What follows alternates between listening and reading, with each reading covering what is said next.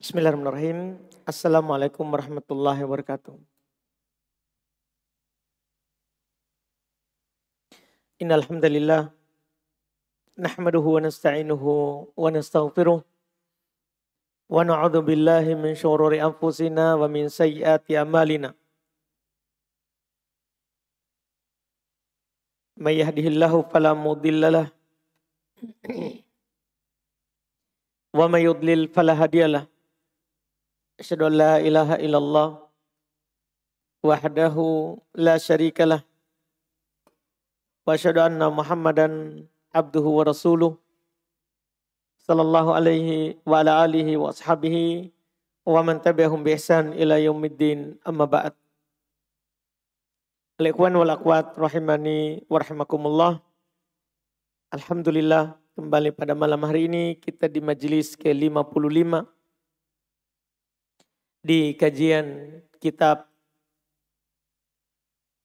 Bulughul Maram min Adillati Al-Ahkam karya Al-Imam Al-Hafidh Ibn Hajar Al-Asqalani rahimahullahu ta'ala. Kita masih di pembahasan Kitabus Shalah bab Sutratul Musalli, bab sutrahnya orang yang sholat. Kita di malam hari ini akan memasuki hadits ke-231 dari yang dibawakan oleh penulis di bab ini rahimahullah. Kata beliau di 231, wa an Abi Dzar radhiyallahu anhu qala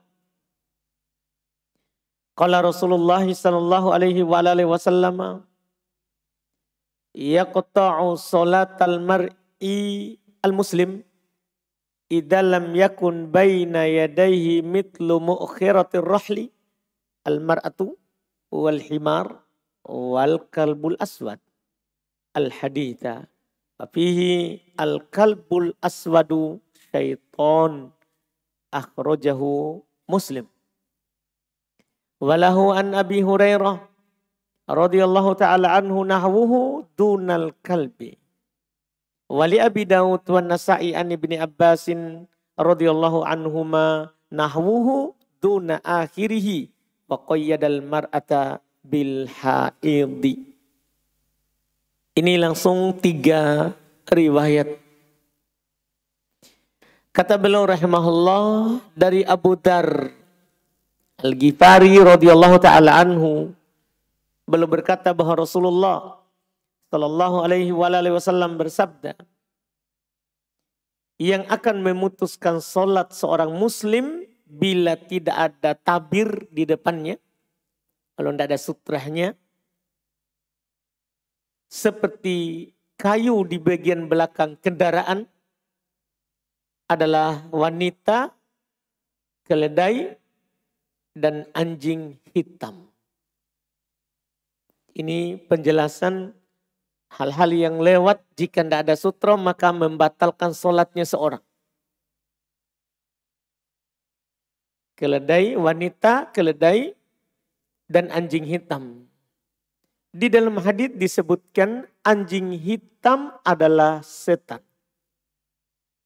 Dikeluarkan oleh Imam Muslim. Menurut riwayat Muslim dari hadits Abu Hurairah radhiyallahu ta'ala anhu, terdapat hadits semisal tapi tanpa penyebutan anjing. Jadi kalau Abu Dzar Al-Ghifari lengkap disebutkan 3. Kalau di hadits Abu Dzar, perempuan, keledai, anjing hitam. Kalau dari hadits Abu Hurairah tanpa ada kata anjing. Jadi cuma 2. Perempuan, keledai. Kemudian riwayat yang ketiga, menurut riwayat Abu Dawud dan An-Nasa'i dari Ibnu Abbas radhiyallahu ta'ala anhuma, ada hadits semisal juga tanpa penyebutan kalimat akhir, yaitu anjing, dan membatasi wanita dengan kata sedang haid. Berarti di periwayatan hadits ini ada beberapa perbedaan sedikit.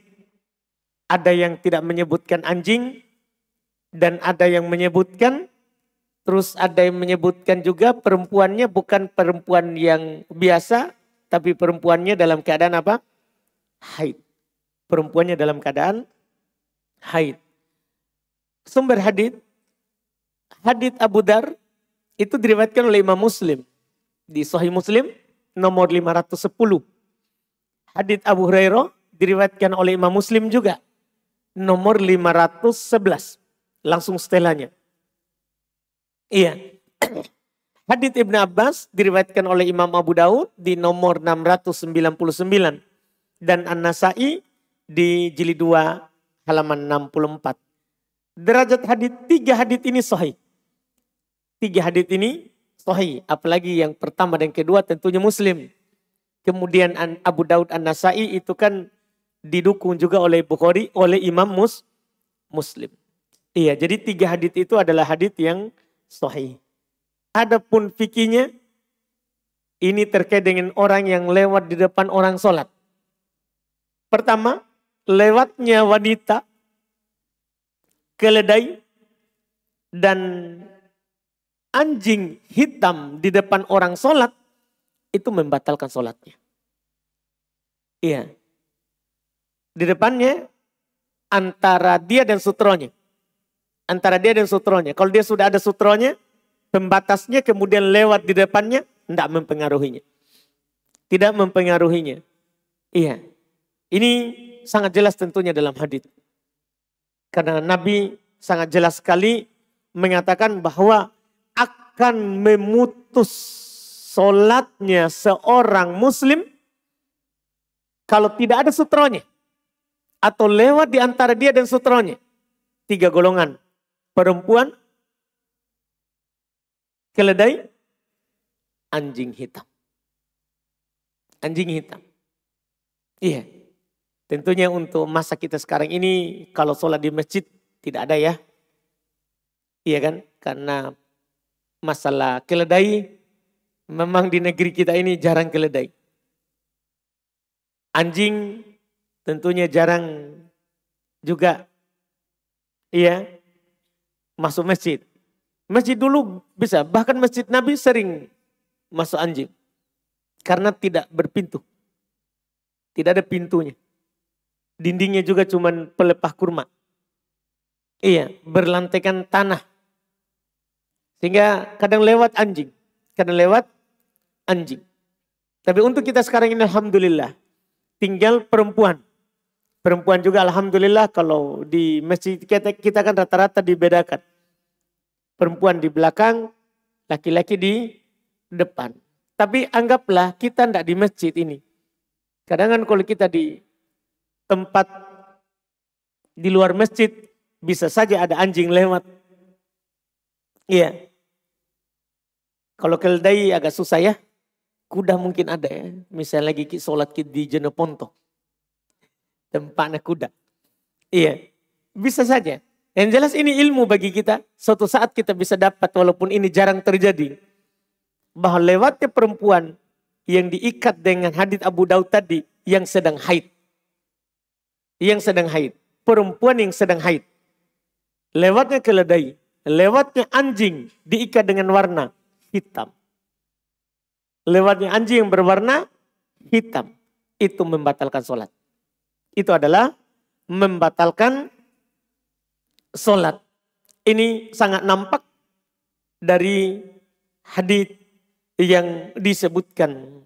Ini pendapat ini adalah yang dipegang oleh para salaf, para sahabat. Demikian pula para ahli peneliti seperti Ibnu Taimiyah, Ibnu Qayyim, orang-orang Dhahiriyah. Semuanya menegaskan bahwa lewatnya 3 golongan tadi membatalkan sholat. Lewatnya 3 golongan tadi membatalkan sholat.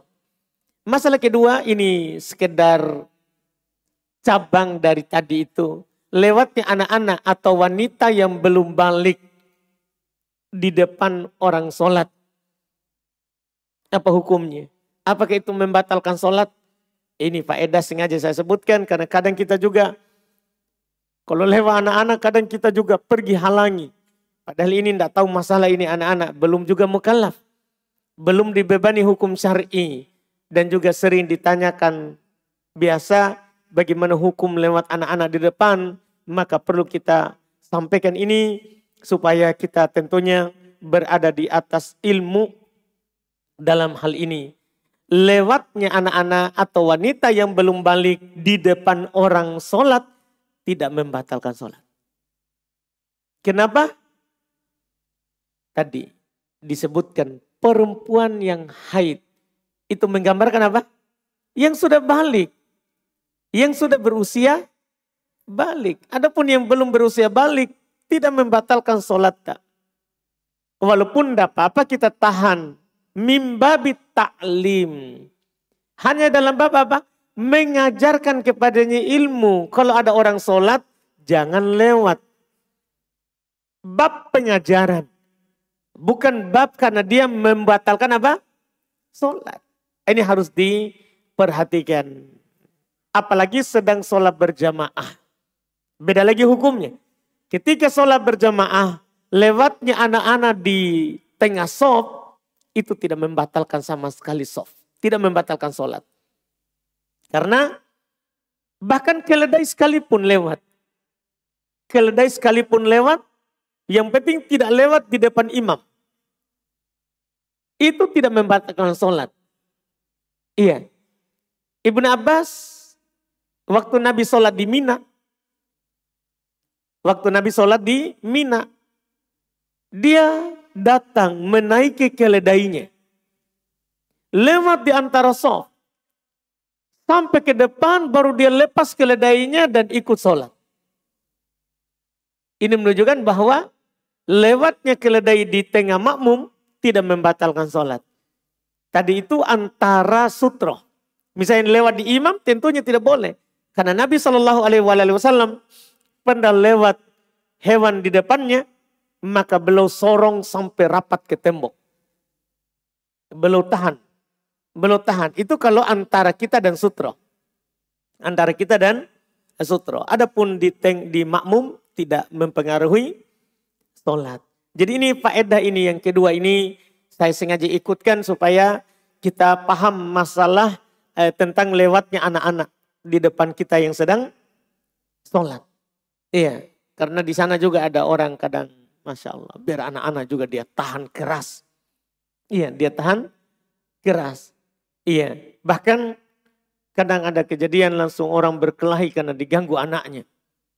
Iya, orang sholat dia tahan, nangis anaknya. Akhirnya berkelahi gara-gara itu. Padahal seharusnya tidak perlu ditahan. Anak-anak belum mendapatkan beban syariat. Belum mendapatkan beban syariat selama dia belum balik. Kemudian berikutnya hadits ke 234 dan 235 ini. Langsung dua riwayat juga. Kata beliau, wa an Abi Sa'id Al-Khudri radhiyallahu anhu qala Rasulullah sallallahu alaihi wasallam idza shalla ahadukum ila syai'in yasturuhu minan nas fa arada ahadun ayyajtaza baina yadayhi falyadfa'hu fa in aba falyuqatilhu fa innama huwa syaiton. Muttafaqun alaih. Wa fi riwayatin fa inna ma'ahul qarin. Kata beliau dari Abu Sa'id Al-Khudri radhiyallahu taala anhu, beliau berkata bahwa Rasulullah sallallahu alaihi wasallam bersabda, apabila seorang di antara kamu sholat dengan memasang batas yang membatasinya dari orang-orang, lalu ada seorang yang hendak lewat di hadapannya. Jadi sudah pakai pembatas. Terus ada orang mau lewat di hadapannya. Pas antara pembatas dan dia. Maka hendaklah ia mencegahnya. Bila tidak mau, perangilah. Cuman sebentar akan dijelaskan makna perangi. Ini terjemahan sesuai arti. Iya, bukan sesuai dengan yang diinginkannya. Maka perangilah dia. Yaitu dalam kurung saya sudah kasih tahu memang cegah dengan kuat. Sebab dia sesungguhnya adalah setan. Wah, ternyata setan itu ya. Iya. Nabi yang bilang itu. Muttafaqun alaih. Hadits muttafaqun alaih. Wa fi riwayatin, dalam riwayat disebutkan bahwa dia bersama setan. Ini menjelaskan tetap orang tadi itu. Tapi lagi bersama apa? Setan. Sumber hadits. Hadits Abu Sa'id diriwayatkan oleh Imam Al-Bukhari di nomor 509 dan Muslim 505. Riwayat kedua dari hadits Ibnu Umar. Sebenarnya karena Al-Hafidz Ibnu Hajar cuma bilang wa fi riwayatin. Dalam riwayat belum tidak sebutkan siapa yang menyebutkan riwayat yang kedua itu. Ternyata riwayat yang kedua itu hadits Ibnu Umar. Dalam riwayat Imam Muslim juga. Dalam riwayat Imam Muslim di nomor 506. Di nomor 506. Derajat hadits tentunya sahih. Fikihnya, fikih hadits. Pertama, wajibnya bagi orang yang sedang sholat untuk mencegah orang yang lewat di depannya. Karena jelas sekali Nabi bilang, "Falyadfa'hu", hendaklah dia menahannya. Jadi wajib hukumnya bagi kita untuk menahannya. Ketika kita sholat, bukan sunnah. Kalau ada orang lewat, wajib kita dafa', wajib kita tolak. Wajib kita tahan. Iya, wajib kita untuk menahannya. Iya, karena jelas sekali perintah. Falyadfa'hu, hendaklah dia menahannya. Hendaklah dia menolaknya. Iya, ini perintah. Dan kaidahnya al-aslu fil awamir al-wujub. Asal dalam perintah hukumnya adalah apa? Wajib. Adalah wajib. Kemudian fikih kedua, cara mencegahnya. Cara menahannya adalah dengan bertahap. Cara menahannya dengan bertahap. Yaitu dengan cara yang halus. Dan jika masih ingin lewat, maka boleh mencegahnya dengan kuat. Sampai dikatakan dalam hadits, falyuqatilhu, hendaklah dia perangi. Perangi ini maksudnya adalah bukan membunuhnya. Itu bukan kita pergi langsung kasih jatuh. Ya, atau mencekiknya sampai pingsan. Bukan. Maksud Nabi adalah hendaklah menahan dengan kuat. Menahan dengan kuat. Ini makna dari hadits yang disebutkan oleh para ulama kita. Ya. Makanya di dalam fikih madhab Syafi'iyah disebut oleh Imam Muslim, Imam Nawawi, Al-Hafidz Ibnu Hajar sendiri di Fathul Bari. Ya, semuanya mereka menyebutkan bahwa al-mudafa'ah takunu bil ashal fal ashal. Cara menahannya dengan mudah dulu, halus, kemudian naik lagi kalau masih mau, dan naik lagi. Iya, sampai kalau masih tetap dia paksakan lewat, maka kita juga tahan dengan kuat. Kita tahan dengan kuat. Ini fikih kedua. Fikih ketiga, yang dicegah adalah yang lewat antara orang yang sholat dengan sutrahnya. Ya, atau sekadar jangkauan kedua tangannya jika tidak ada tabir. Jika tidak ada kita pasang sutra di depan tak, maka ukurannya adalah tangan tak. Ini. Tidak perlu kita pergi maju ke depan. Tidak. Karena memang Nabi sangat jelas mengatakan baina yadaihi, antara kedua tangannya. Kedua tangan. Begini, kita kasih maju ke depan begini, tangan tak. Begini saja, antara kedua tangan tak. Jadi lewat antara kita dan kedua tangan tak ke depan. Kalau sudah melewati itu, kita tidak menahannya. Kita tidak menahannya. Ini faedah penting juga ya dari sisi lafaz yang dilafatkan oleh Nabi kita Muhammad sallallahu alaihi wa ala alihi wasallam. Hadits berikutnya lagi. Hadits ke-236. Kata beliau, wa an Abi Hurairah radhiyallahu ta'ala anhu qala Rasulullah sallallahu alaihi wasallam idza shalla ahadukum falyaj'al tilqa'a wajhihi syai'an fa illam yajid falyansib 'asan fa illam yakun falyakhutta khattan thumma la yadurruhu man marra baina yadayhi. Akhrajahu Ahmad wa Ibnu Majah wa sahahu Ibnu Hibban wal musib man za'ama annahu muttaribun bal huwa hasan. Lengkap sekali dengan komentarnya. Kata beliau dari Abu Hurairah radhiyallahu anhu, beliau berkata bahwa Rasulullah sallallahu alaihi wasallam bersabda, apabila seseorang di antara kamu sholat, hendaklah ia meletakkan sesuatu di depannya. Jika ia tidak mendapatkan, hendaklah ia menancapkan tongkat di depannya. Jika tidak memungkinkan, maka hendaklah ia membuat garis. Kemudian setelah itu, tidak membahayakannya orang yang lewat di depannya. Dikeluarkan oleh Imam Ahmad dan Ibnu Majah. Sahih menurut Ibnu Hibban. Hadits ini hasan dan tidak benar jika orang menganggapnya hadits muttarib, goncang sanadnya. Kita lihat hadits ini masih terkait dengan sutra.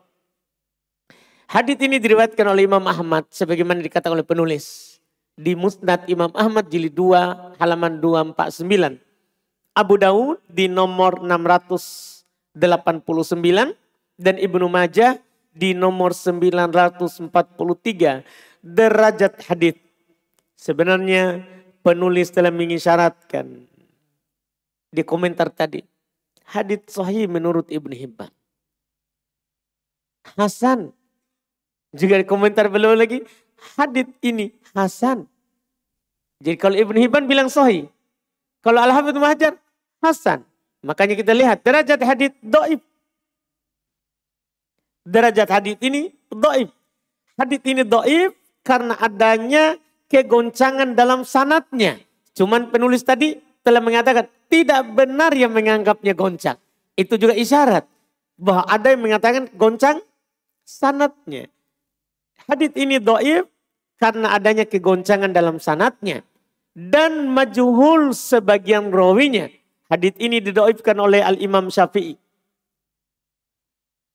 Ibnu Uyainah, An-Nawawi, Al-Baihaqi. Ini orang Syafi'iyah semua ini. Al-Baihaqi, Syafi'iyah juga. Imam Ahmad dan Syekh Al-Albani rahimahullah. Yang benarnya ini hadits dhaif. Yang benarnya ini adalah hadits dhaif. Seandainya sahih, ini fokusnya masalah garis. Boleh nggak bersutrokan garis?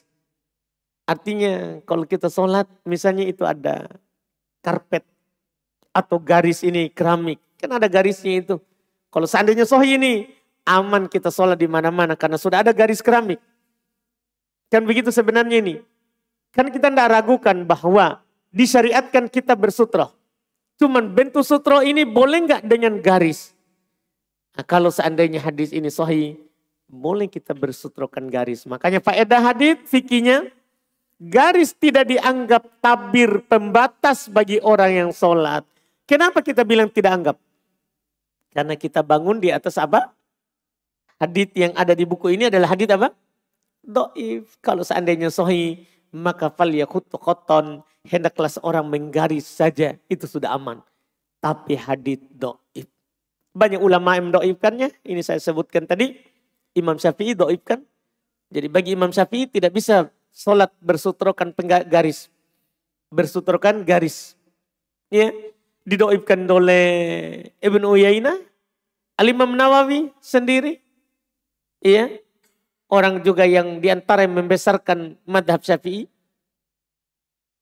Al-Baihaqi, Imam Ahmad, Syekh Al-Albani mendhaifkan hadits ini. Mendhaifkan hadits ini. Sehingga kita tidak ia menganggap bahwa garis itu sebagai pembatas dalam sholat.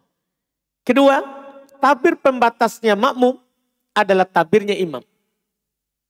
Ini sudah jelas ini bahwa bagi makmum itu tidak perlu mengambil sutra. Karena sutronya imam adalah merupakan sutronya siapa?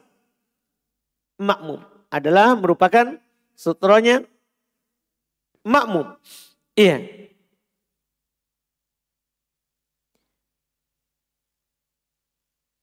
Kemudian fikih ketiga, jarak antara orang yang sholat dengan tabir pembatasnya adalah, kata mereka, kata para ulama kita, 3 hasta.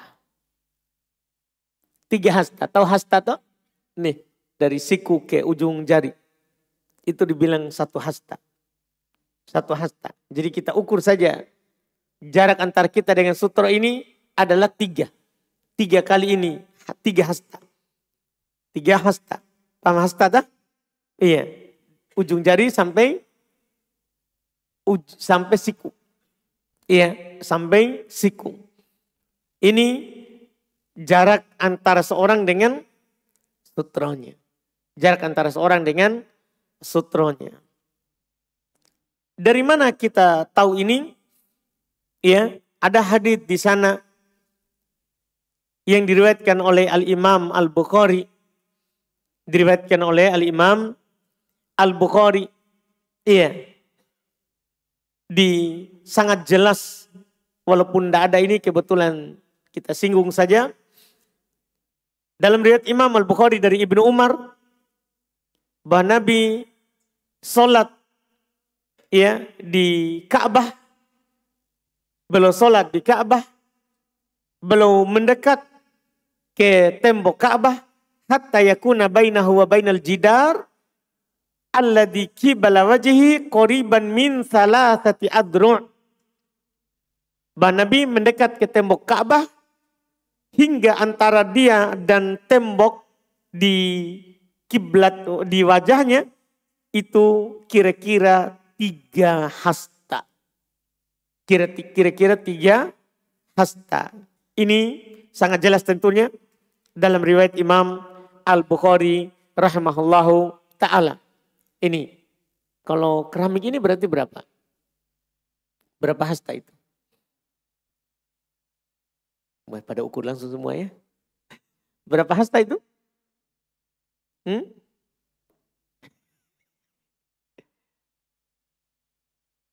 Hah?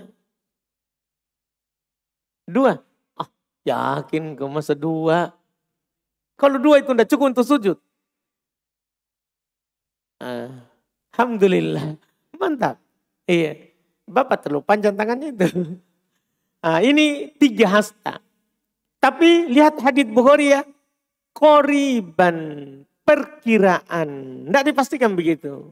Kira-kiranya begitu. Kira-kiranya 3 hasta.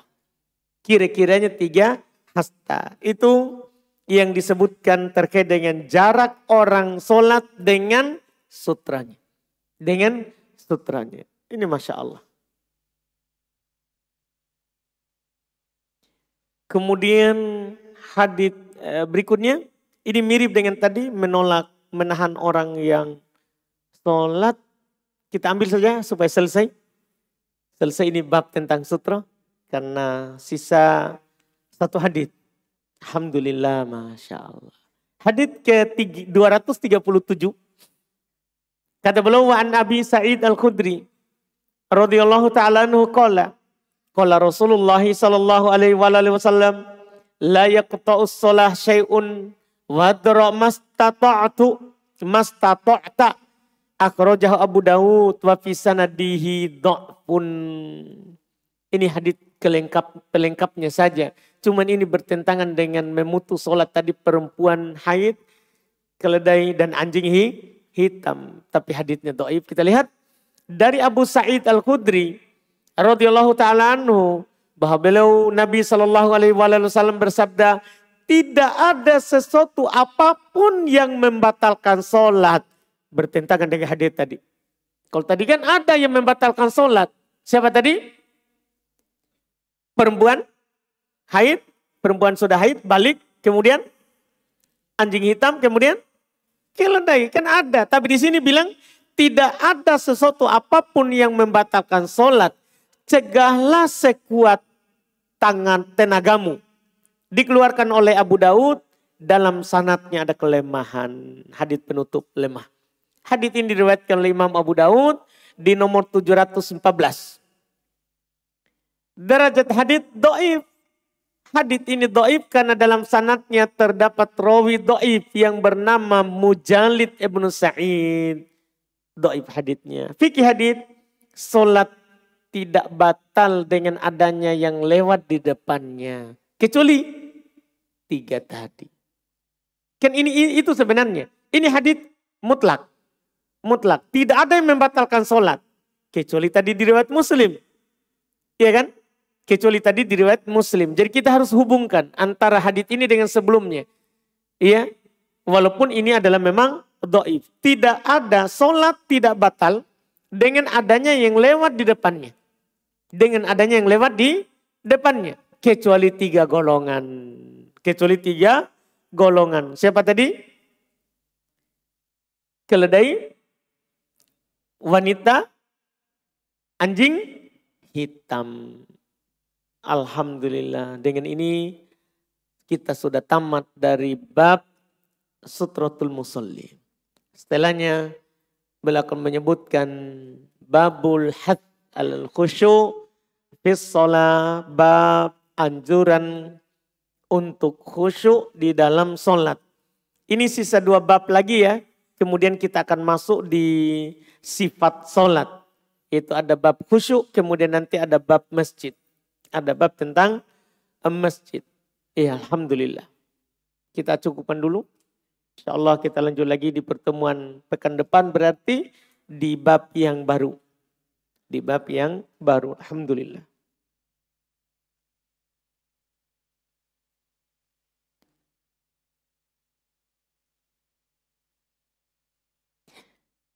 Belum masuk waktu, kita jawab sini pertanyaan. Alhamdulillah. Dia mau bertanya langsung, silakan.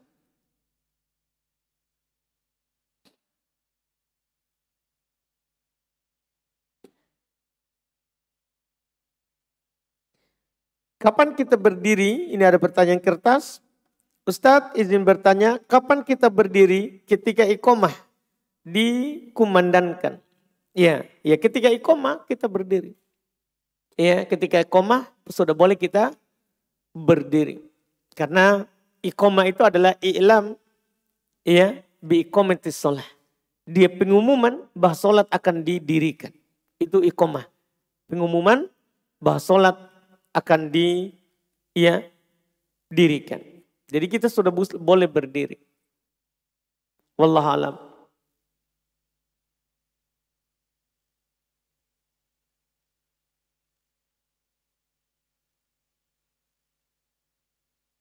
Ini kita sudah singgung sebenarnya tadi ini. Apa hukumnya lewat di depan orang yang sholat menggunakan sutra?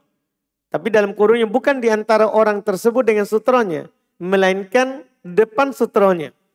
Dan jika hal itu memang boleh,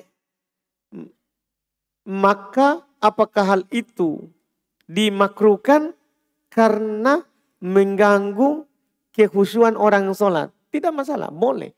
Kan yang tidak boleh adalah lewat antara dia dan sutronya. Adapun di depan sutronya dibolehkan. Tidak ada larangan dan tidak makruh.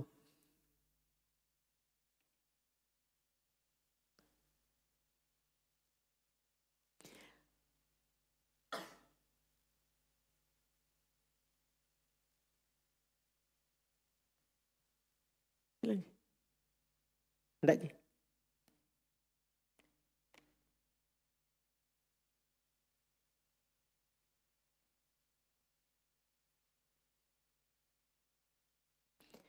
Izin bertanya Ustadz, apa hukumnya kita sholat ada anak kecil belum balik di samping saat sholat berjamaah? Atau orang di sebelah, jazakallahu khairan Abdullah.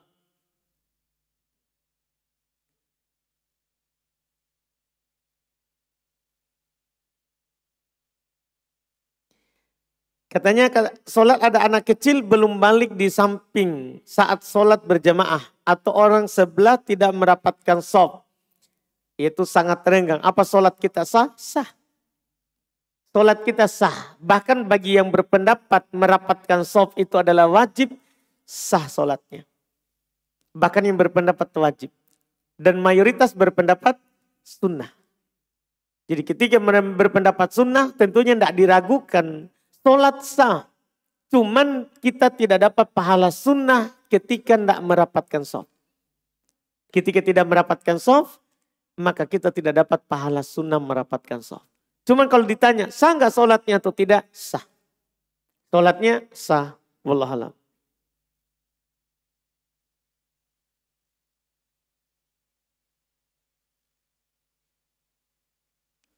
Bagaimana hukum sholat? Bagaimana hukum sholatnya? Seseorang jika di dalam sholatnya dia koci-koci hidungnya.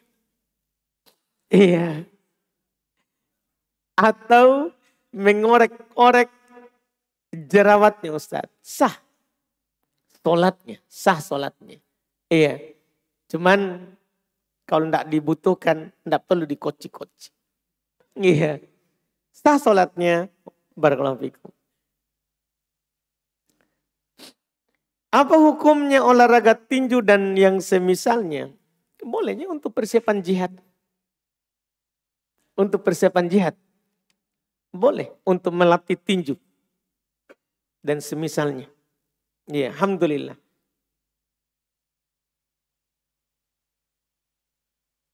Apa hukum meminjam emas? Sementara emas harganya itu naik terus. Apakah termasuk riba ketika kita menjualnya dan pas kita mau mengembalikannya harganya sudah naik. Kalau kita pinjam emas dan kembalikan emas, tidak masalah itu. Bukan riba. Bukan riba. Iya. Yang penting pinjam emas, kembali emas. Walaupun harganya sudah naik, maka tidak berpengaruh dengan harganya. Kan kita tidak melihat harga. Kita melihat apa yang kita pinjam. Kalau kita pinjam 1 gram dan kembali 1 gram, maka tidak masuk dalam riba. Riba itu kalau 1 gram kembali 1 gram lebih. Baru dibilang riba. Baru dikatakan apa? Riba. Adapun kalau kembalinya 1 gram dengan 1 gram, tidak riba. Wallahualam.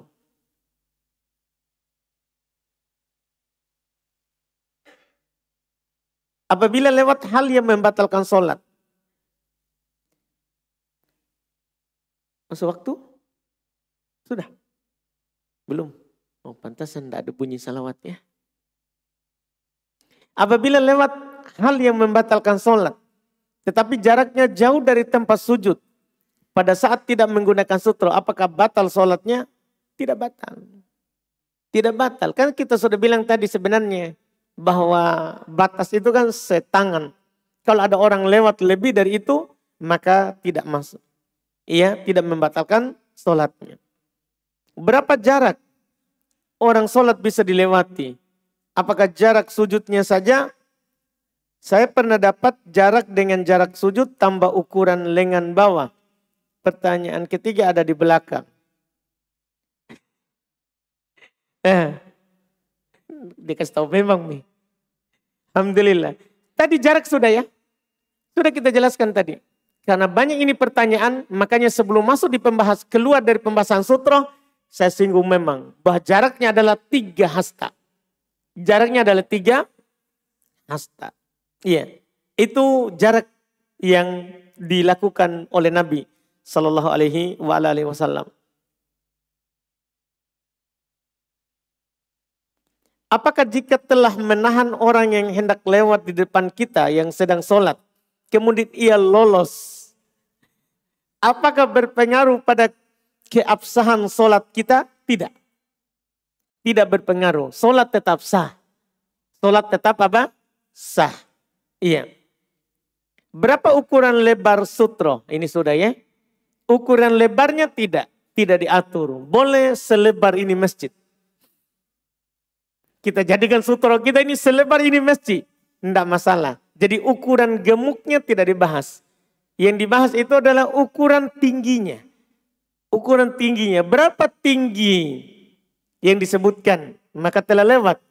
Rata-rata dalam hadits Nabi, ukuran tinggi yang Nabi pakai adalah seperti bagian belakang dari pelana.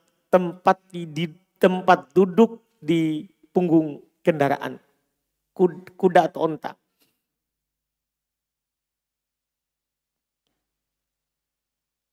Sini. Kemudian setelahnya. Jika saya hanya menancapkan sebuah lidi untuk sholat, apakah boleh? Boleh, yang penting kan bukan garis. Kalau kita tancapkan lidi kan tidak ada gemuknya. Tidak ada ukuran gemuk, yang ada ukuran tinggi. Jadi kalau kita sudah tancapkan lidi, tidak masalah. Kan yang doib tadi haditsnya apa? Garis, itu yang doib. Kalau garis, doib. Kalau yang tertancap, maka boleh walaupun hanya lidi. Boleh walaupun hanya lidi. Wallahualam. Kita adzan dulu.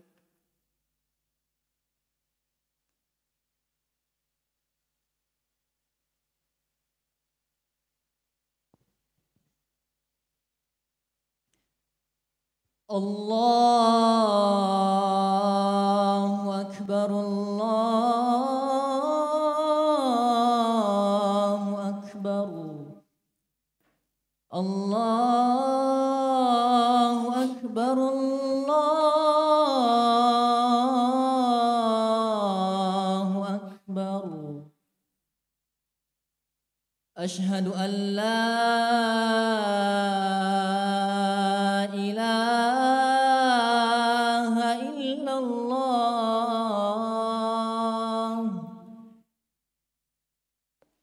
Ashhadu an la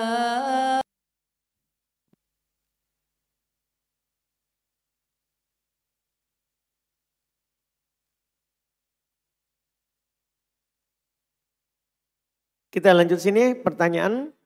Apa Ustadz, ibu Ana sudah meninggal bulan Ramadan, rahimahullah.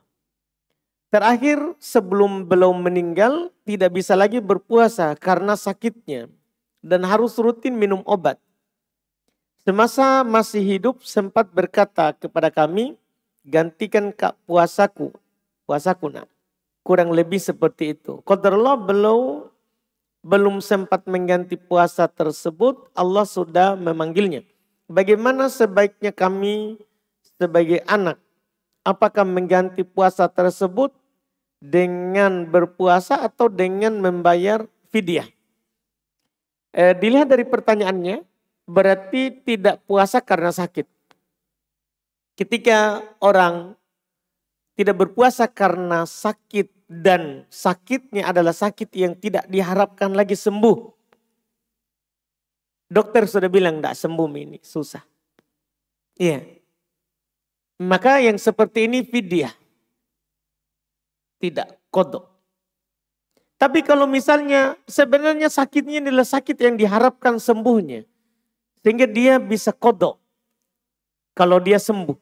Tapi qadarullah ternyata meninggal. Maka di sini qadha. Tapi hukum qadhanya adalah sunnah, bukan wajib. Boleh kita ganti dengan beri makan. Itu pada dasarnya itu. Karena Nabi SAW bersabda, man mata wa alaihi siyam sawma anhu waliyuh. Siapa yang meninggal dalam keadaan ada utang puasanya, maka ahli warisnya mempuasakannya. Jadi ahli warisnya puasa. Iya. Tapi ini hukumnya sunnah. Pada dasarnya. Cuman di pertanyaan ada nada wasiat. Iya kan? Kita kan bilang di sini. Iya. Gantikan kak puasaku nak. Ini kan ada nada wasiat. Maka kalau wasiat. Ya kita tidak pilih kasih makan. Kita tidak pilih kasih makan. Tapi kita puasakan. Jadi berapa yang ditinggal, itu yang dibagi oleh ahli waris. Misalnya dia punya ahli waris 2, nah itu yang dibagi 30 tadi. Iya, pokoknya ahli warisnya yang mempuasakannya. Ahli warisnya yang mempuasakannya. Wallahualam.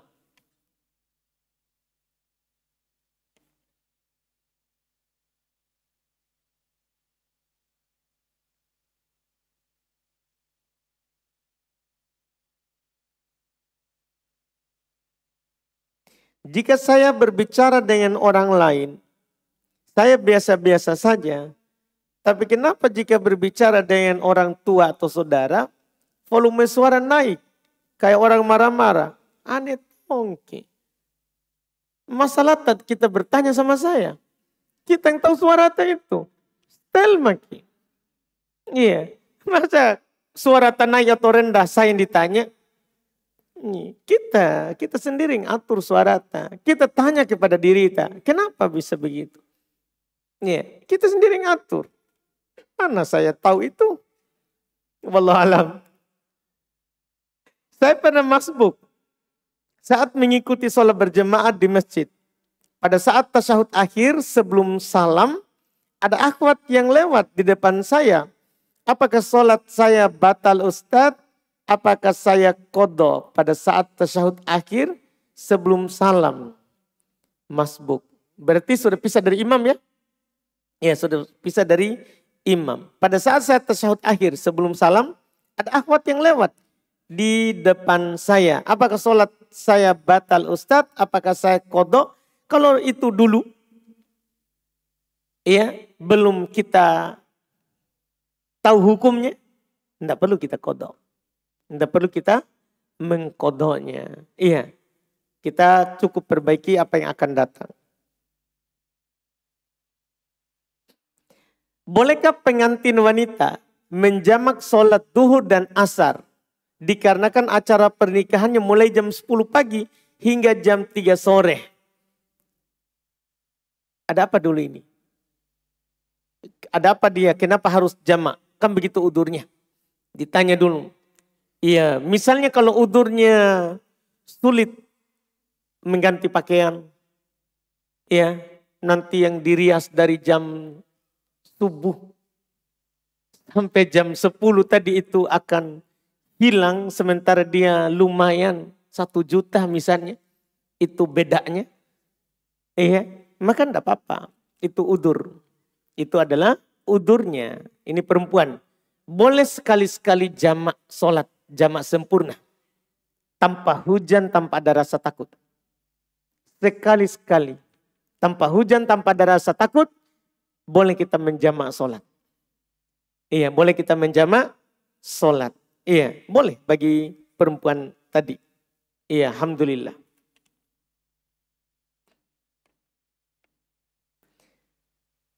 Saya dikasih uang, alhamdulillah.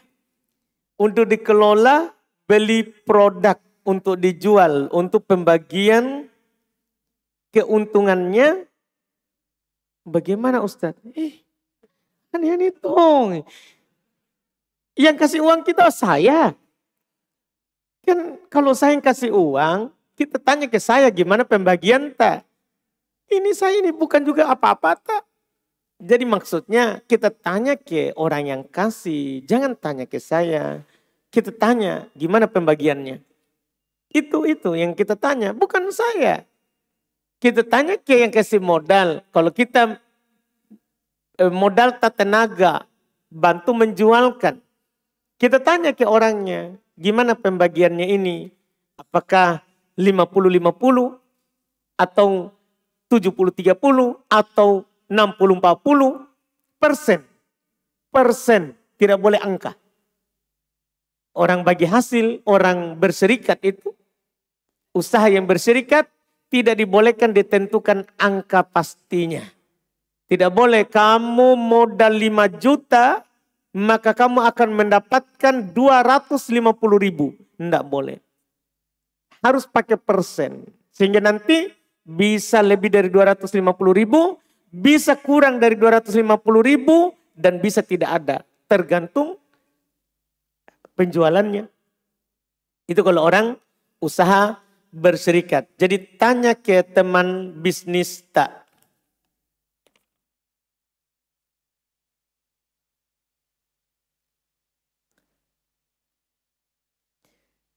Ustadz, saya kerja di kantoran.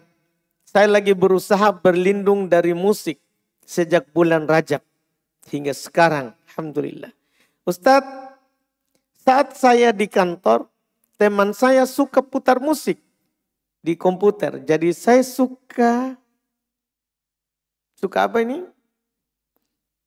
Ya, alihkan ke murattal atau baca Quran agar bisa menutupi suara musiknya. Tolong Ustadz, gimana hukumnya? Apakah saya harus lakukan? Tapi teman saya lama-lama sudah mulai ikut putar murattal juga dan mulai paham sedikit. Walau masih kadang putar musik lagi. Wallahualam, agar saya istiqomah tidak dengar musik. Tidak apa-apa, alhamdulillah. Seorang boleh, iya, tidak apa-apa orang putar murattal. Tidak mengapa orang putar murattal, karena mendengarkan Quran, kalau kita tidak bisa membacanya, kita dianjurkan untuk mendengarkan. Kita dianjurkan untuk mendengarkannya. Iya, masalah teman tadi, alhamdulillah, nasihati dengan baik. Masalah dia masih memutarnya, itu dosanya nanti dosa dia. Tapi kita sebagai teman tentunya harus menasihati teman kita. Menasihati teman kita. Wallahualam. Jelas tidak apa-apa orang putar murattal. Iya. Apa maksud ayat Quran surat Al-Anbiya ayat 30? Karena saya tadabbur tidak paham Ustaz. Al-Anbiya ayat 30. Apa ayatnya? Siapa tahu? Apa bunyinya itu? Al-Anbiya 30.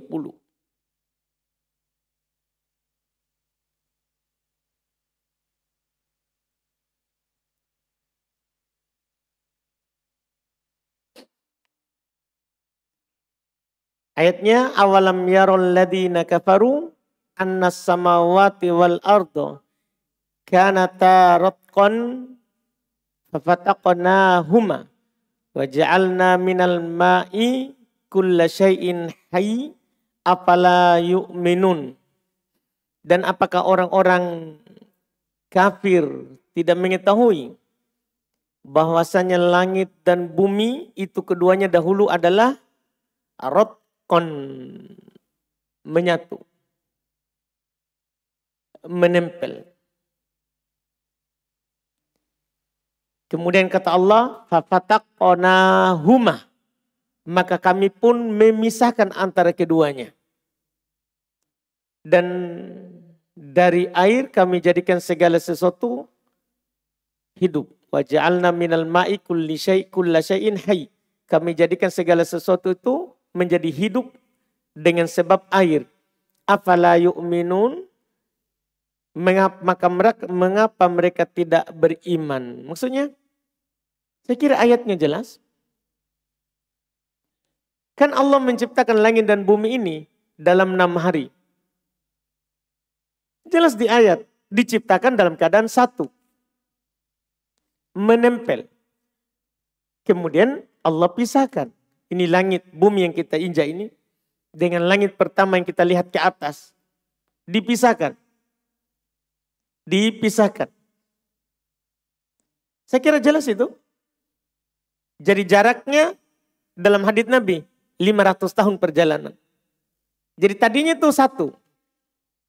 Kemudian Allah pisahkan. Ada jaraknya. Bukan hanya antara langit dan ini bumi. Tapi antara langit dan satu, yang satu dengan langit kedua, juga begini jaraknya. Kemudian ketiga, begini juga jaraknya. Sampai ke 7. Sama juga bumi ini yang kita injak. Ini kan bumi paling luar. Dan ada 7 lapisnya ke bawah. Satu lapis ketebalan 500 tahun perjalanan. Terpisah lagi, ada lagi nanti lapis kedua. Ada jaraknya lagi, lapis ketiga, lapis keempat sampai lapis ke 7. Saya kira jelas ayatnya ini. Itu dulu langit dan bumi bersatu, kemudian Allah pisahkan. Iya. Jelas mungkin itu ya. Ada yang masih kurang jelas itu? Atau bagaimana? Diterangkan dalam hadits Ibnu Abbas. Pemisahannya dan berapa jaraknya. Iya, 500 tahun perjalanan. Iya, 500 tahun perjalanan. Wallahualam. Atau ada yang tidak terlalu jelas itu ayat?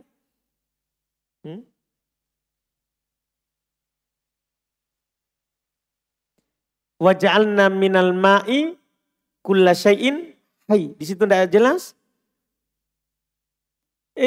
Ana rasa jelas tak? Bahwa segala sesuatu ini hidup minal ma'. Sebabnya. Karena sebab air itu menjadi hidup. Iya kan? Antum lihatlah tanah tandus. Musim panas. Tidak ada sesuatu apapun di atasnya. Ketika turun air, iya kan? Apa yang terjadi? Langsung dia pecah tumbuh-tumbuhan. Berarti adanya air itu menjadi hidup. Kita juga ini. Kita hidup dari mana? Asalnya kita? Allah katakan, min ma'in mahin. Dari air yang hina. Maksudnya air mani. Jadi dari air itu segala sesuatu menjadi hidup. Saya kira juga jelas itu. Iya kan?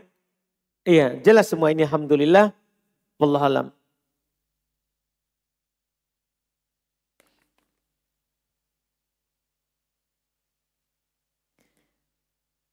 Ustadz, sholat malam apa yang biasa Rasulullah lakukan pas lail?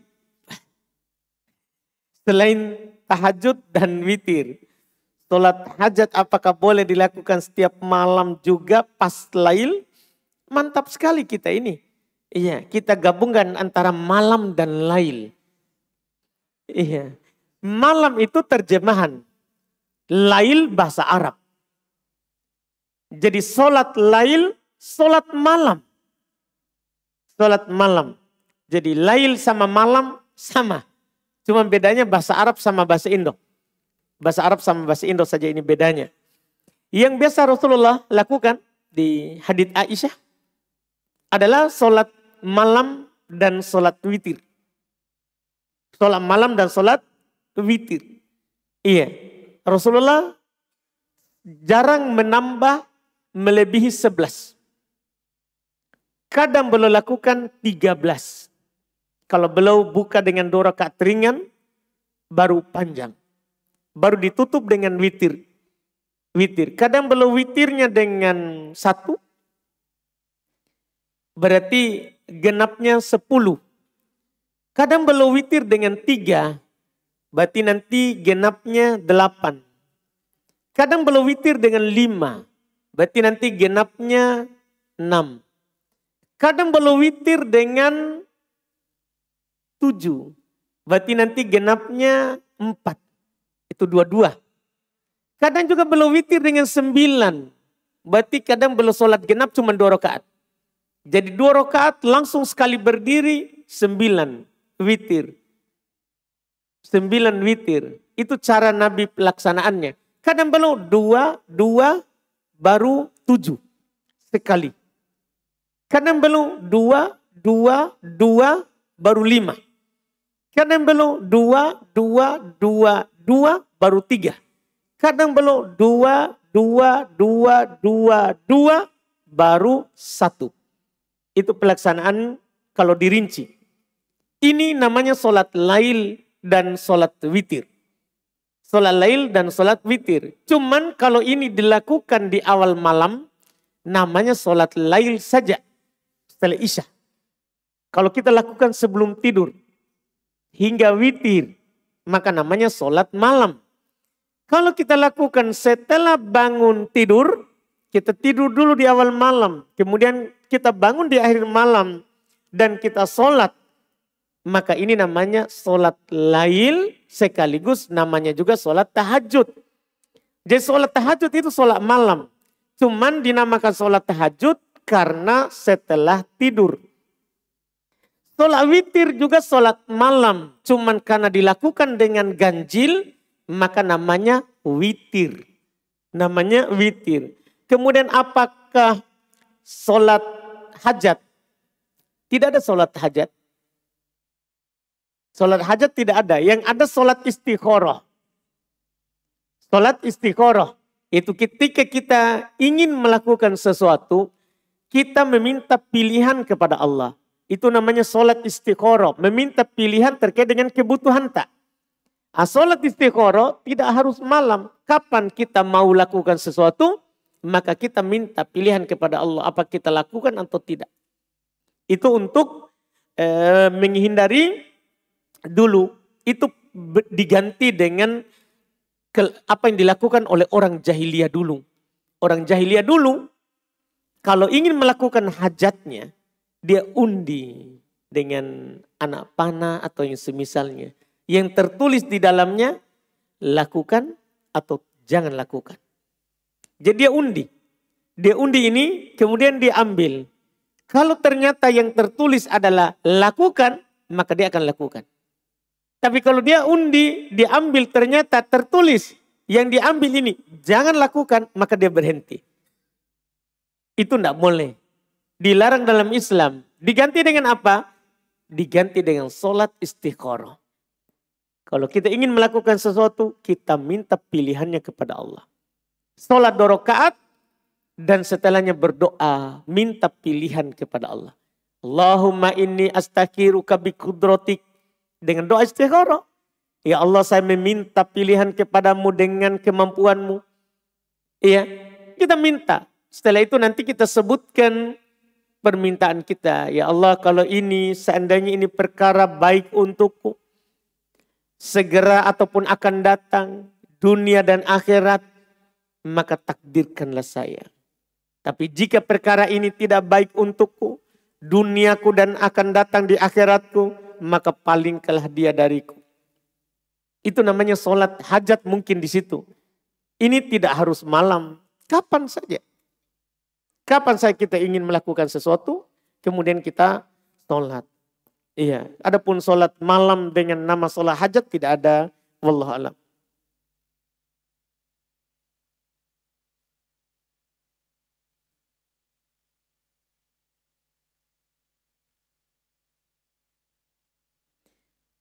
Ustaz, hukum sholat sehabis salam di masjid yang tidak sunnah. Gimana Ustaz? Sah sholat. Dimanapun kita sholat, jangan ke di masjid. Di lapangan, di luar sah. Sholat di mana saja sah. Terus ini, apakah ikut dikir dan sesuai berdoa dengan imam atau gimana Ustaz? Kalau yang kita ingin bilang ikut dikir maksudnya kita berjamaah, tidak. Karena Nabi tidak pernah memimpin dikir berjamaah setelah sholat 5 waktu dari semenjak sholat 5 waktu diwajibkan. Sholat 5 waktu diwajibkan 3 tahun sebelum hijrah. Kemudian Nabi sholat setelah hijrah 10 tahun. Berarti ada 13 tahun Nabi sholat 5 waktu dalam status kenabian dan rasul. Selama 13 tahun sholat, Nabi tidak pernah memimpin dikir dan doa.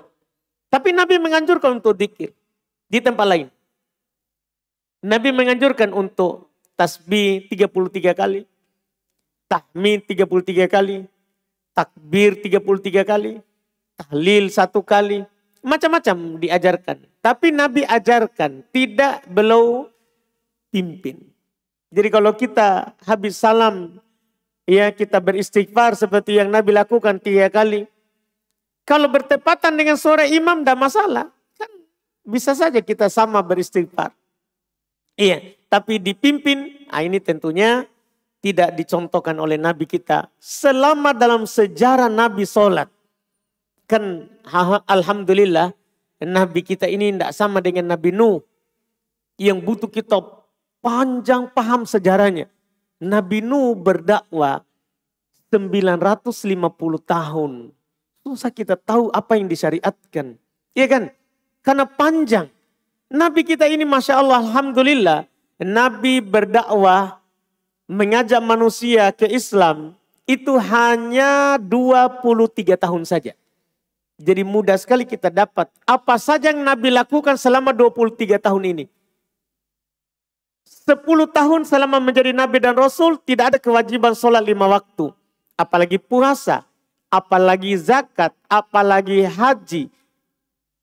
Tidak ada kewajibannya di Makkah. Tidak ada. Nanti di Makkah kewajibannya setelah Nabi berdakwah 10 tahun.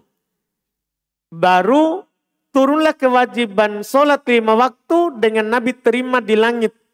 Di atas langit ke-7. Terjadi Isra Mi'raj. Setelah terima sholat 5 waktu. Ya, yang mana awalnya adalah 2 rakaat. Bukan seperti sekarang ini. Sekarang ini sudah diperbaharui itu. Setelahnya. Hanya dilakukan 2 rakaat. Sholatnya. Hari berikutnya turun Jibril mengajarkan waktu. Mengajarkan waktu. Sholat 5 waktu. Selama sholat 5 waktu di Makkah 3 tahun. Di Madinah 10 tahun. Tidak ada Nabi memimpin dzikir. Itu saja yang kita lihat. Ya. Jadi sehingga kita katakan tidak disyariatkan untuk berjamaah. Bukan tidak disyariatkan dzikir. Dzikir disyariatkan. Cuman berjamaahnya tidak. Karena Nabi tidak pernah memimpin sahabat. Iya. Adapun hukum kita sholat di belakang imam, tidak masalah. Sah sholat kita. Sah sholatnya kita, walaupun mereka lakukan dzikir berjamaah. Tidak masalah dengan sholat kita. Kalau mereka salahkan, salahnya mereka. Salahnya mereka. Adapun kita tetap sah. Terus ada lanjutan sini. Karena masjid ini tidak sunnah. Gimana ini? Atau gimana Ustadz? Karena masjid ini, masjid bukan ini ya. Maksudnya masjid yang diceritakan. Tidak sunnah. Biasa shaf akhwat juga tidak rapat. Bahkan susah mereka rapatkan. Kebanyakan ibu-ibu dan masjidnya depan kantor. Jadi mau tidak mau sholat di situ saat istirahat kantor. Syukron, tidak ada masalah ini. Tidak masalah semuanya, sholat kita sah. Tidak dirapatkan saf, sholat kita sah. Sholat kita sah. Kalau ada mereka dzikir juga berjamaah, sholat kita tetap sah. Sholat kita tetap sah. Kita tinggal nanti tidak mengikuti.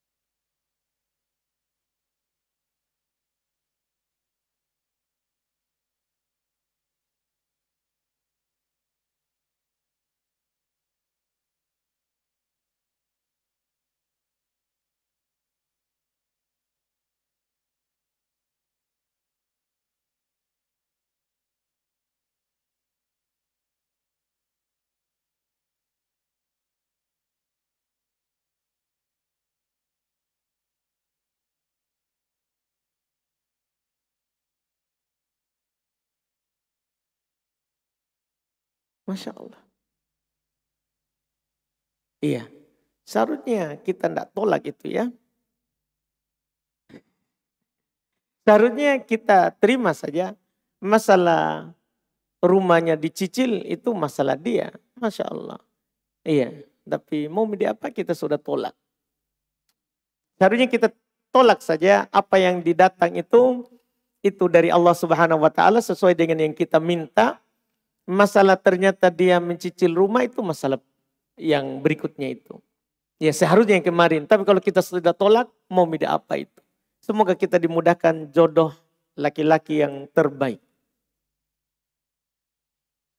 Gak usah antum tahu masalahnya? Alhamdulillah. Pertanyaan terakhir. Masya Allah.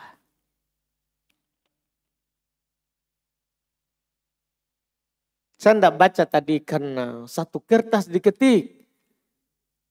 Iya, jadi antum sabar saja.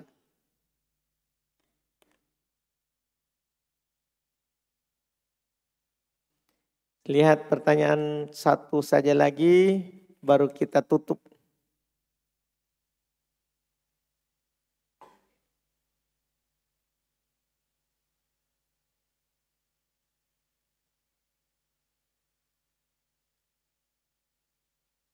Ustadz, saya sering sekali tidak sholat subuh karena ketiduran, bangun siang.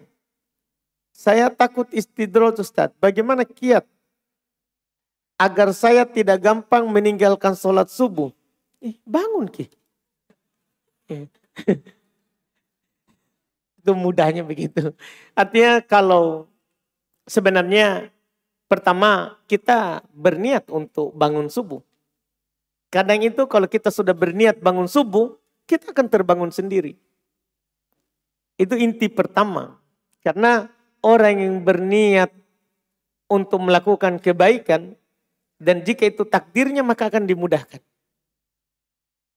Iya, berniat saja dulu. Siapa tahu itu sudah tercatat di langit kan begitu. Sudah tercatat di Lauhul Mahfuz. Maka pertama sekali adalah memang kita berniat untuk melakukannya. Kemudian qadarullah ternyata kita ketiduran, maka udurnya ketiduran. Cuman jangan sampai setelah bangun kita tidak sholat. Harus sholat saat kita terbangun kalau qadarullah ketiduran. Kalau kelihatan dari pertanyaan ini kita tidak sholat. Tidak, wajib kita sholat. Saat kita terbangun. Kata Nabi, man nama an sholatin au nasiyaha falyusolliha idza dzakaraha. Siapa yang ketiduran dari sholat atau dia lupa, sholat saat dia ingat. Wala kafarata illa laha illa biha. Tidak ada penggugurnya kecuali dengan melakukan sholat. Jadi kalau ketiduran, sholat. Saat bangun. Saat bangun. Tidak ada tebusannya kecuali itu. Kecuali itu yang kita lakukan. Tapi kita dari awal berniat. Dan melakukan sebab-sebab yang membuat kita bisa terbangun cepat. Misalnya kita tidur cepat. Makanya Nabi SAW katakan tidak makruh. Bahkan mayoritas mengatakan haram bercerita. Nabi membenci cerita setelah Isya. Dan tidur sebelum maghrib. Sebelum Isya. Nabi membenci tidur setelah maghrib, yaitu sebelum Isya. Dan bercerita setelah Isya. Nabi membenci. Kenapa? Karena itu tadi, kalau kita cerita setelah Isya, nanti tidak. Iya, terasa kita begadang, akhirnya kita tidak mampu bangun subuh. Makanya Nabi SAW menganjurkan kita untuk cepat tidur dan cepat bangun. Cepat tidur dan cepat bangun. Itu bangun di akhir malam lebih utama daripada begadang di awal malam. Itu yang dianjurkan. Itu diantara sebabnya. Yang ketiga, kita berdoa kepada Allah. Ya, makanya di surah Al-Fatihah, Iyyaka na'budu wa iyyaka nasta'in. Hanya kepadamu kami beribadah. Dan hanya kepadamu kami meminta pertolongan. Ini isyarat ibadah tidak bisa kita lakukan tanpa meminta pertolongan kepada Allah. Artinya minta kepada Allah supaya kita bisa bangun subuh. Karena tidak bisa kita bangun subuh kalau Allah tidak bantu. Ini isyarat. Itu yang dikatakan oleh para ulama tafsir. Digandengkan minta pernyataan ibadah dengan meminta pertolongan. Karena la haula wala quwata illa billah. Tidak ada kita punya daya, kekuatan kecuali dari Allah. Itu yang bisa kita lakukan. Wallahu a'lam. Kita cukupkan, mudah-mudahan bermanfaat. Subhanakallahumma wa bihamdika asyhadu an la ilaha illa anta astaghfiruka wa atubu ilaik. Assalamualaikum warahmatullahi wabarakatuh.